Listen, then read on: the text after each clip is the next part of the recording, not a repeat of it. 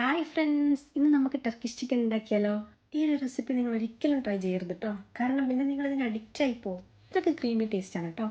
ഇതിനൊരു കോമ്പിനേഷൻ എന്ന് പറഞ്ഞാൽ ഈ ഒരു ബട്ടർ നാനാണ് കേട്ടോ. ഈ ഒരു ബട്ടർ നാനും ടർക്കിഷ് ചിക്കനും അടിപൊളിയല്ലേ? അപ്പോൾ നമുക്ക് നോക്കിയാലോ.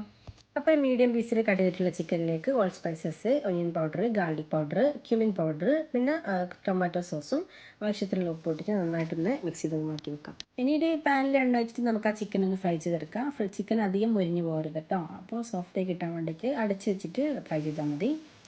ഇനി ഇതിലുള്ള സോസ് തയ്യാറാക്കാൻ വേണ്ടിയിട്ട് നമ്മളൊരു പാനിലൊരു പീസ് ബട്ടർ ഇട്ട് കൊടുത്ത് അതൊന്ന് മെൽറ്റായി വരുമ്പോൾ നമുക്ക് അതിലേക്ക് മൈദ ചേർത്തിട്ട് നന്നായിട്ടൊന്ന് മിക്സാക്കി കൊടുക്കാം. ഈ സമയത്ത് ലോ ഫ്ലെയിമിലായിരിക്കണം കേട്ടോ. എന്നിട്ട് അത് നന്നായിട്ടൊന്ന് മിക്സായി വരുമ്പോൾ ഇനി അതിലേക്ക് നമുക്ക് മിൽക്ക് ഒഴിച്ച് കൊടുക്കാം. ഇനി ആ പാലും മൈദയും രണ്ടും കൂടി നന്നായിട്ടൊന്ന് മിക്സായി വന്നാൽ നമുക്കതിലേക്ക് ആവശ്യത്തിനുള്ള സാൾട്ട് ചേർത്ത് കൊടുക്കാം. എന്നിട്ട് നന്നായിട്ടൊന്ന് കുറുക്കിയെടുക്കുക. ഇനി കുറുകി വരുമ്പോൾ നമുക്കതിലേക്ക് കുറച്ച് മൊസറല്ല ചീസും കൂടി ചേർത്തിട്ട് നന്നായിട്ടൊന്ന് മിക്സാക്കി നമ്മൾ നേരത്തെ ഫ്രൈ ചെയ്ത് വെച്ചിട്ടുള്ള ആ ചിക്കനിലെ ആ ചിക്കൻ്റെ മുകളിലേക്ക് നമുക്ക് ഒഴിച്ച് കൊടുക്കാം.